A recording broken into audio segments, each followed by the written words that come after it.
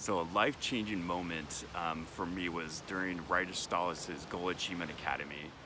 And one of the exercises that we did that I just absolutely love and still think about is it was an exercise on how to find your passion. So I'd love to go over that with you. Obviously, everyone knows I'm hashtag tallest man in real estate. Sitting down here in gorgeous Kirby Cove here in San Francisco, as you can see the Golden Gate Bridge behind me. But in terms of finding your passion, one of the things that we did is we wrote down 10 of our goals that we wanted to achieve that year. I'm going to keep it to the Ford method, which is really easy for me to remember as I'm talking to you, which is family, occupation, recreation, and dreams. So let's say for my family, a goal that I have with my family is I take my parents out every time I close a deal. So it's got to be measurable, which that is, and there has to be a time limit, so it's happening this year. Occupation-wise, there's income goals that I have that I want to achieve in terms of how many transactions and how much money I want to actually make this year. The other one is recreation. I wrote into my business plan that I'm going to allow myself 1.5 hours every day to exercise.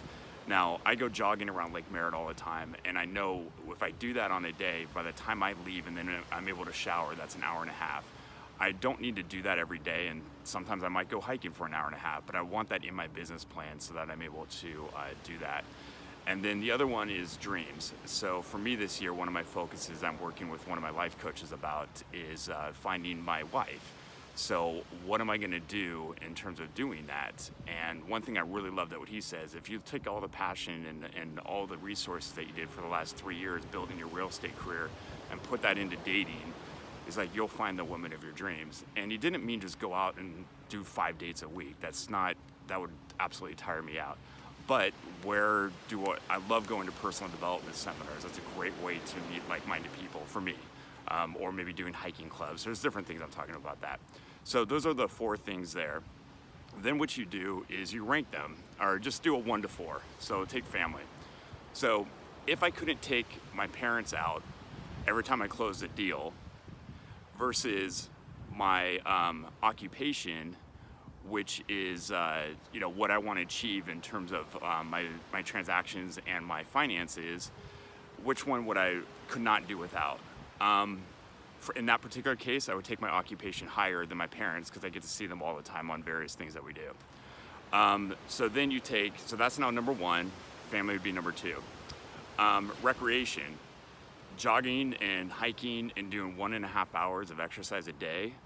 Would I take that over my transactions and what I'm going to make this year? Honestly, I would. And would I take that over my family, taking my parents out to dinner? Again, that I would, because I know that if I'm not exercising and I'm not hiking and doing what gives me energy and joy in life, then I can't achieve the other 2. Last one, dreams. And I thought this was very interesting when I did the exercise. So I really want to get married, hopefully in the next few years. Dating, I've got certain goals that I want to do for that for this year. Now, would I take that over the exercise piece of it, the recreation piece? Honestly, I wouldn't, because if I'm not doing the exercise piece, running around the lake and hiking, I'm not going to be at my best self to attract the woman that I want. I'm not going to be able to do the finances in terms of my transactions and how much I want to make this year in real estate, and I'm not going to be able to see my family as much. So if I had to rank them, I would put probably exercise first. After that, probably finding my wife.